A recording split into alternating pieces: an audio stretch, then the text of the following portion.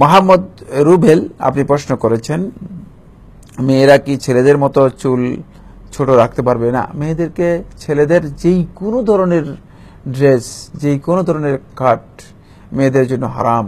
আল্লাহ নবী সাল্লাল্লাহু আলাইহি ওয়াসাল্লাম স্পষ্ট করে দিয়েছেন, লাআনাল্লাহু আল মুতারাজ্জিলাত মিনান নিসা, মহিলাদের মধ্যে যারা পুরুষদের মানে মুতাশাব্বিহাত বির রিজাল, পুরুষদের সাথে যারা সাদৃশ্য গ্রহণ করে থাকে, পুরুষদের মতো যারা সাদৃশ্য নিয়ে থাকে, আল্লাহ রাব্বুল আলামিনের অভিশাপ তাদের উপর।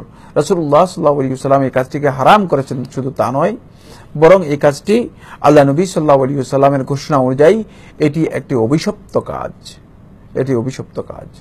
তাই কোনো নারীর জন্য জায়েজ নেই যে ছেলেদের যে সমস্ত বয়কাট যেটাকে বলা হয় তাকে, এই ধরনের বয়কাট করা অথবা চুল ছোট করে রাখা ছেলেদের মতো করে, এই ধরনের রাখা তাদের জন্য জায়েজ রয়েছে, বরং তাদের জন্য এটি হারাম। সতর্কতা অবলম্বন করতে হবে, বিশেষ করে মুসলিম নারীদের জন্য এখানে সতর্কতার বিষয় রয়েছে। কিছু কিছু ছেলেরা মেয়েদের মতো কানে দুল পরে ফ্যাশন করে, এটা কি ঠিক? একই বক্তব্য।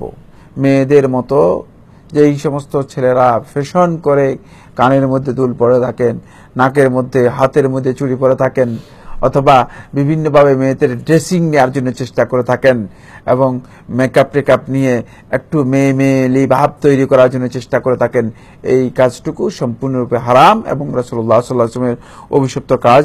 ওই যে হাদিসটি আমরা উল্লেখ করেছি, ওই হাদিসের মধ্যে আল্লাহ নবী সাল্লাল্লাহু আলাইহি ওয়াসাল্লাম স্পষ্ট করে বিষয়টি উল্লেখ করেছেন।